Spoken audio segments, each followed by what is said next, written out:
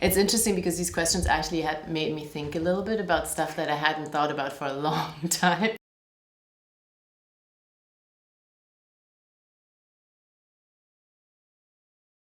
The reason why I studied architecture, it's a little funny, but so when I was a teenager, I guess, I went to something that's like Heide Park in Germany, like kind of a Disney World, and they had the Crooked House, which is a house where I don't know if you've ever been to one, the floors are crooked and everything, so you lose your balance just because the way the space is made.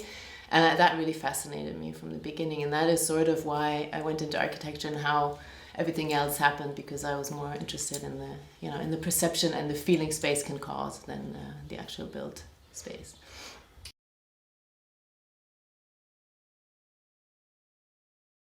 Good question, because I'm not sure that I am an architect, so that question might not really fit to me. I mean, I think I am an architect, and I think everything I do also has to do with architecture, because architecture is a lot of things. And I mean, I know so many architects, especially, I guess, sort of in my age, there was a time where there was very little work in architecture, so architects became very creative and doing a lot of other stuff. So yes, I'm an architect, but I guess I never doubted that I am. I sort of am, and I'm not working in classical architecture. I think the first time I had a little doubt that I'm an architect is when I applied for my scholarship at the DAAD, and there was like this jury meeting, and there were like 10 old men and me, and they were trying to judge me upon completely different criteria on architecture than what I consider architecture to be important. They said, oh, but it's, stone on stone, what you do has nothing to do with that. And I realized I can't really talk with them, because we're not communicating on the same level.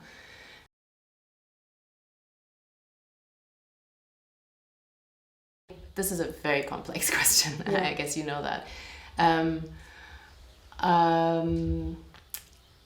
In general, I think working for a famous architect like Foster, everything is sort of discriminated against, because you're like a kind of a slave, right? Which doesn't make a difference between gender. It does start to make a difference when you have children, which I did, and that is where I did get discriminated against. So we had this yearly meeting where you talk about, how good you were, and if you get promoted or not. And so because I worked part-time, 30 hours, I also got paid for 30 hours. Other people worked 80 hours and got paid for 40 hours. So I was not a very efficient, worker for them. So they said, what did he say to me? He said, we cannot afford a lot of people like you. I felt actually quite happy, because I thought, this is the way it should be, and I'm lucky because I have children. I can, be that way, but it is a bit discriminatory. But work-wise, I didn't have the feeling that my work was less accepted or less appreciated than anybody else's.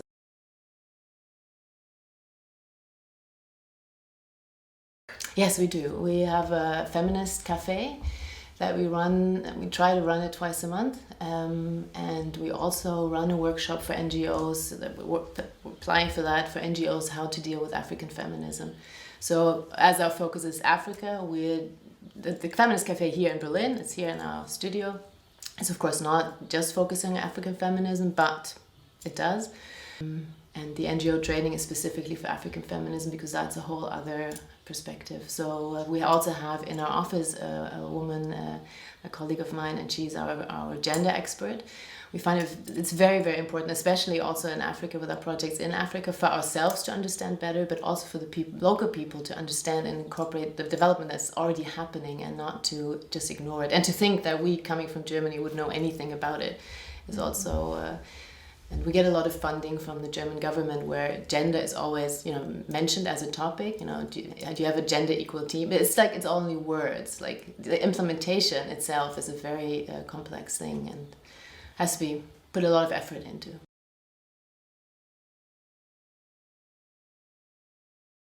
If I look back, a part of Foster and Will Arets, I worked a lot with women.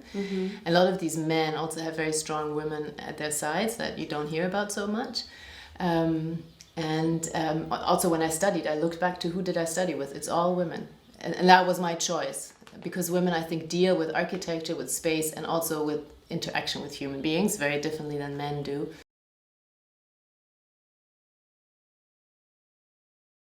of course there's a lot more successful men than women, but there is maybe on a different level, there's I think a lot of very active female architects who are just not heard of. And I think it's a very tough profession to be successful in as a woman if you want to have like a private life, if you want to have a family. It's going to be easier and it's all doable. But to my opinion, a lot of women I worked with, they either become also very tough, or they just have a more sensitive, I don't know how to explain this. I was thinking about this because I knew you were going to ask me this question. They have a different way of dealing with the feeling of architecture, like the way they actually design their stuff. It's not about, you know, being the big shot or becoming very famous, but it's really about the content of the architecture itself. Mm-hmm. And that is so much more interesting. So I think there might maybe never be a completely equal, because I don't think we aim for the same things.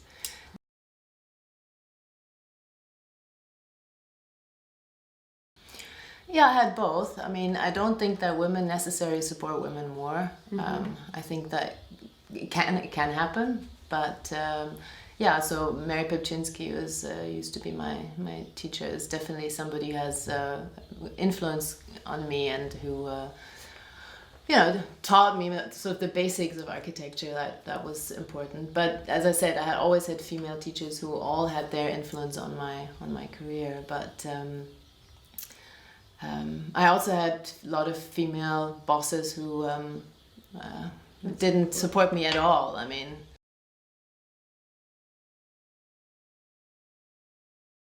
we work a lot in peace building, and we do that mainly. Our main focus at the moment is Africa, but it can be in any post-conflict situation.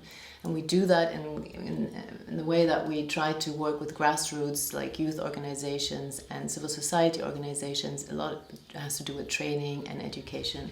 We worked on online hate speech, which is one of our major topics. Also, you know, digital space can be a very dangerous one, especially if it's translated into reality and it causes physical conflict and people dying.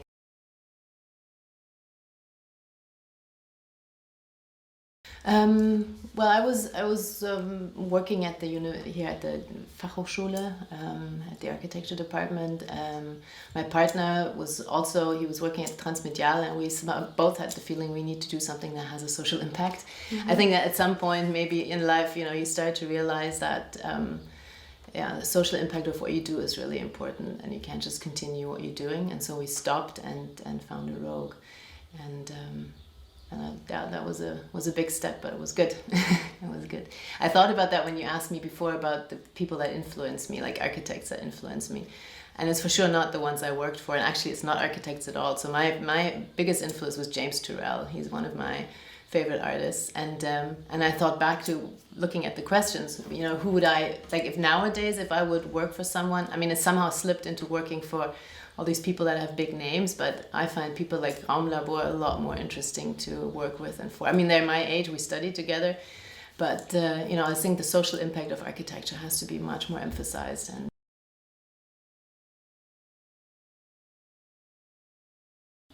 well, it's interesting because it's called building. Yeah, it's interesting. I haven't actually thought about it that way. Actually, architecture space is extremely important. That's why also when I say, you know, we're not working in architecture, that of course is not true. I mean, there's things like the physical space, the virtual space that we deal a lot with, like Facebook, online hate speech, and but there's also the space, like if you go to the refugee camps, like the way the space in the refugee camps is set up, the way people live there, the way they're also divided there by tribes because they can't live in the same space together, the way you have refugees in South Sudan that live in their own country, but they're refugees on an UN compound, and they cannot leave. The people are born there, they haven't ever left because it's too dangerous. So, you know, and that we've also thought about making a project there between those enclosed spaces within the city and the outside of the city, and how could you, you know, make a bridge between the two that have never met, and they're all South Sudanese. So that's a project. I mean, it was depend on funding, but that would be a project be super interesting to have. So yes, that definitely is one aim.